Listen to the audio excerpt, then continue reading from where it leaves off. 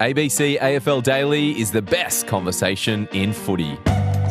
Hosted by Corbin Middlemass and Ben Cameron, alongside regulars like Mick Malthouse. I don't remember too many games, but it's one of the ones I remembered. It was just that physical. Bob Murphy. Where do you guys get off thinking you can pick and choose? And more. It keeps you in the loop with the biggest stories in the AFL and the number one analysis in the game. ABC AFL Daily. 5 eps a week on ABC Listen or wherever you get your podcasts.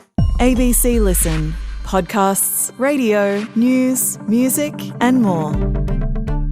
They beat a very difficult team, a great team like it's Turkey, and only we can show, like when was the draw, our full respect to them, but in the same time we want to beat them and we are ready to fight. USA's Argentine coach Mauricio Pochettino on the Socceroos. Fighting words. Kinda. Ahead of Australia's most anticipated football clash in decades, there was a little bit to glean from the respective coaches. I mean, Pochettino spoke about how the rough practice game with Australia had provided a wake-up call for his team and put them on notice about the Socceroos and their physicality. We wonder whether that same physicality might see him rest injured star Christian Pulisic. As for Tony Popovic, cards close to chest, but he does see this game as another chance to put Australia on the world football map. We're crossing to Seattle to get the latest. I'm Patrick Stack. This is ABC Sport Daily World Cup Special. Jack Snape writes football for The Guardian. He's in Seattle. Lucky duck ahead of Australia's blockbuster clash against the United States of America. Jack, Tony Popovic, Harry Suter, they held their press conference pre-game. They were dry. More on them in a second because maybe a bit sexier was the US press conference. The biggest storyline right now feels like whether the best player on either team, Christian Pulisic, will play. What's the sense you're getting from Mauricio Pochettino, the manager, and Team USA? We heard Mauricio Pochettino today at the pre-match press conference be fairly evasive. He was asked whether Christian Pulisic was fit enough to play. We have a meeting with our medical area and we will assess the whole group, the players, and tomorrow we will communicate and see all the things that can, agree tonight. He's evolving, he's much better from Friday. We'll see. Didn't give us a lot of specifics, which lends weight to the likelihood that the winger, who only played a half in their first match against Paraguay before being taken off, it sounds like there's a really high likelihood now that he won't play, that he might be saved for later in the tournament as the US look to go deeper, which would create, a major talking point ahead of this highly anticipated clash in Seattle against the Socceroos. It was so interesting to me to hear Pochettino speak about the physicality of the friendly with Australia earlier in the year. When you play non-official game, it's completely different. The games become more street games, no friendlies. A street game that are not friendly. People who watched that game would know that Pulisic got the crap kicked out of him and picked up a hamstring injury in the process. It was sort of attributed to that physicality. Would a desire to protect their star player from the Socceroos play into the thinking at all? Look, certainly. The Socceroos are known to be one of the more physical teams at the tournament. And that match last year in Denver has been highlighted as a really key match or key moment in the building momentum of Pochettino's team and Pochettino's management of this US team. That night they came back from 1-0 down against the Australians to win 2-1. Ball over the top. Angie Wright runs away, looks to turn inside, does so and finishes with aplomb. Well, it was all too simple for the US who retake the lead. Pochettino gave a rousing halftime address that has been credited with turning that match around and securing the victory. But the memories of that match are fresh in everyone's mind. And the treatment that Pulisic got from the Australian midfield, fair few kicks. But it was actually a hamstring injury that led to his substitution. He missed 3 or 4 weeks with it.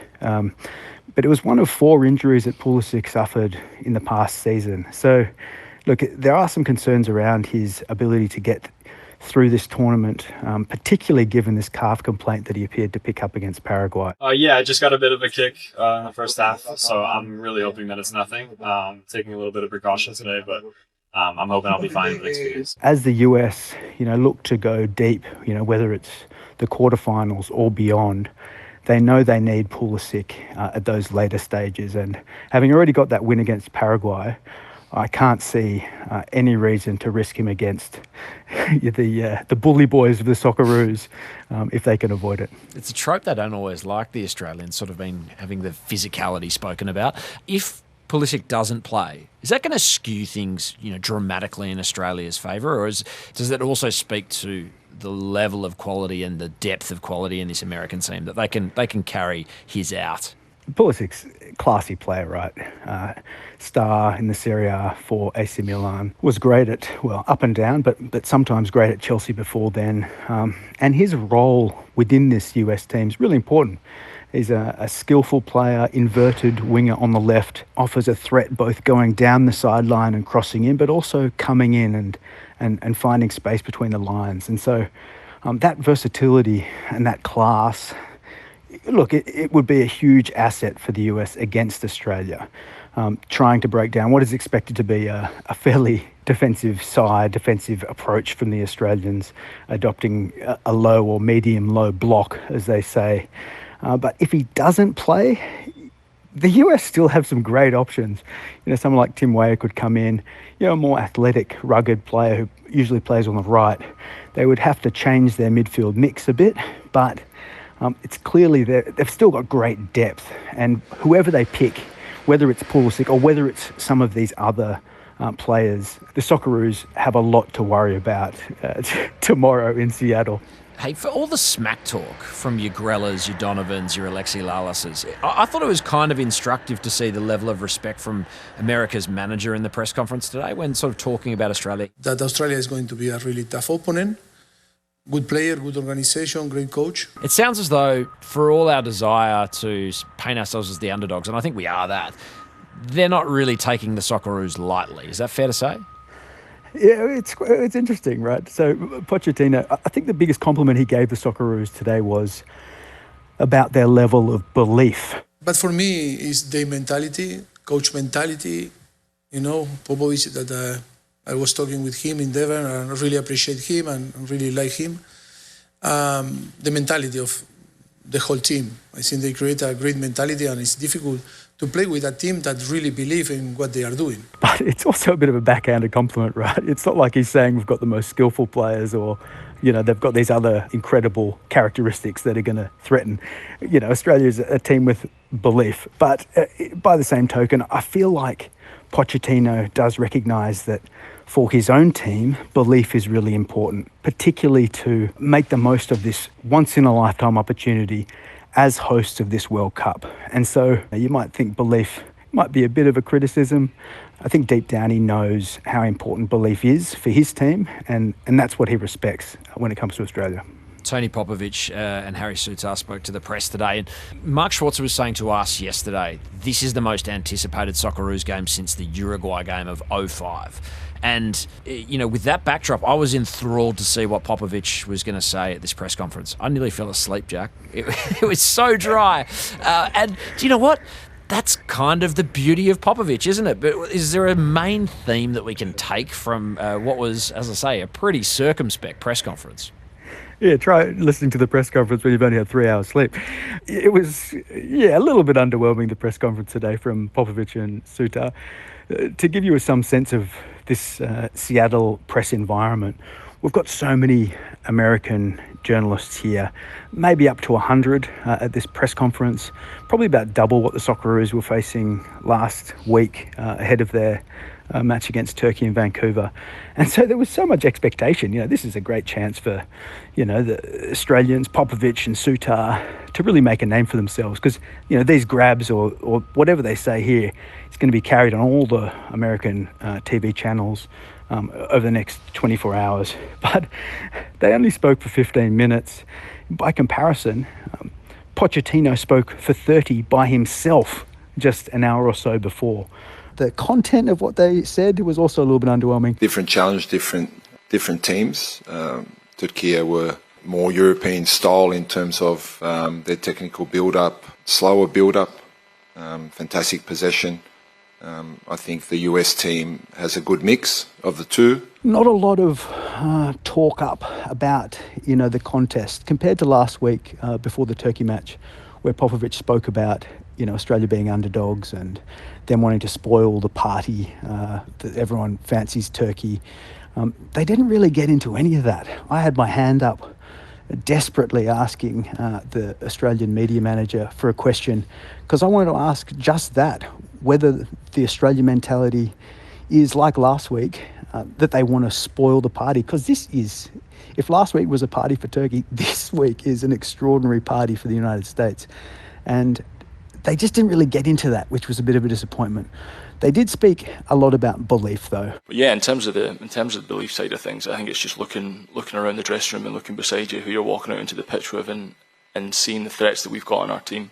We've got some really exciting players, some young, hungry players, mixed with that experience as well. So, when you blend that together, it makes for a good starting 11. But the most interesting thing they addressed was probably in relation to the two warm-up games they chose. They played Mexico in Los Angeles in front of an unfriendly, huge, noisy crowd. It was a great dress rehearsal. I think both games were, as Harry alluded to earlier. The Mexico game playing in front of almost 80,000 people, pretty much everyone against you in the stadium. So that was a good little test for us.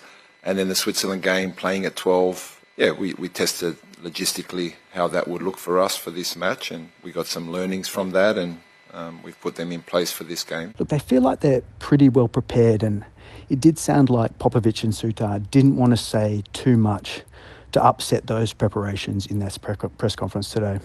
One thing that was huge ahead of the opener was the selection bombshells that dropped day of the game, just maybe an hour out from kickoff.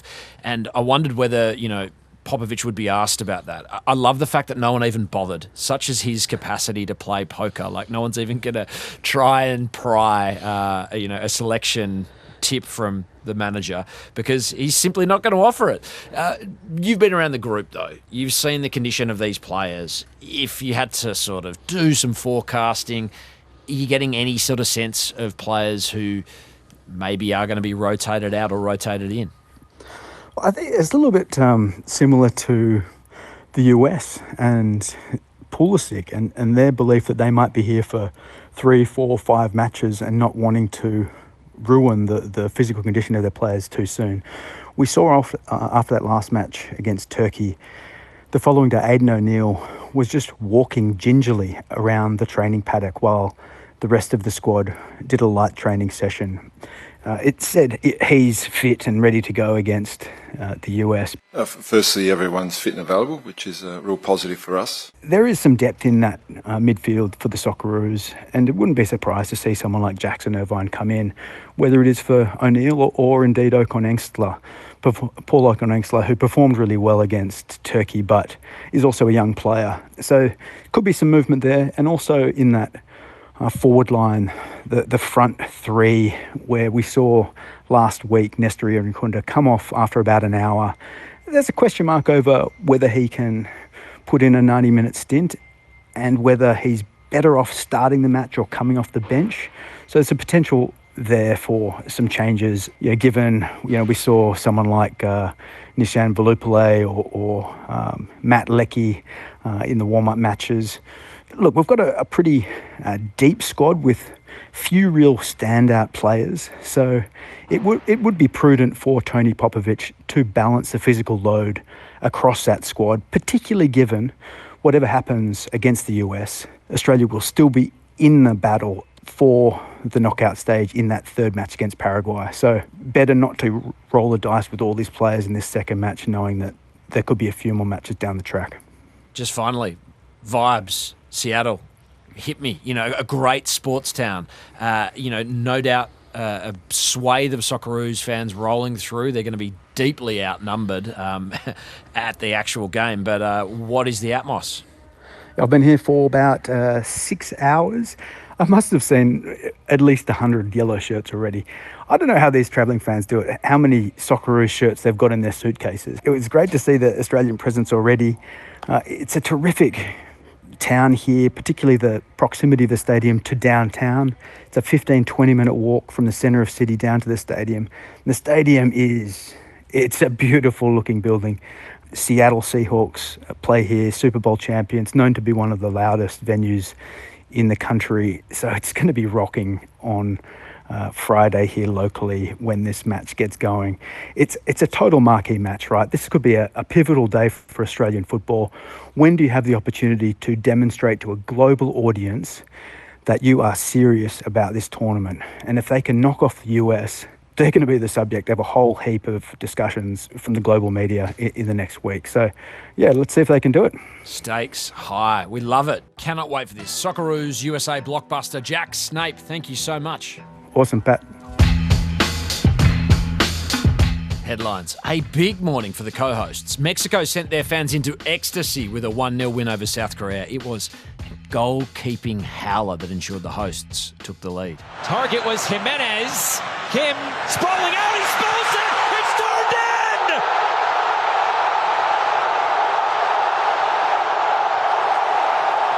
Luis Romo is broken through. The Chivas player scores in the World Cup. Earlier in Vancouver, it was a sea of red as Canada dismantled Qatar 6-0. Visitors copped 2 red cards, including one for an absolutely filthy tackle on Ismail Kone that left him with a suspected broken leg. The Canucks refused to let that news ruin the party as they scored goal after goal after goal. Saliba, so tempting to pull the trigger. He does. Flag stays down. It's a World Cup hat-trick on home soil for Jonathan David. And Canada make it 6. It looked super, super fun. Earlier, Czechia and South Africa drew 1-1, and Switzerland thumped Bosnia and Herzegovina 4-1. I'm Patrick Stack. This is ABC Sport Daily, World Cup special produced by Poppy Penny. Thanks to Paramount Plus and SBS for the extra audio used in this episode.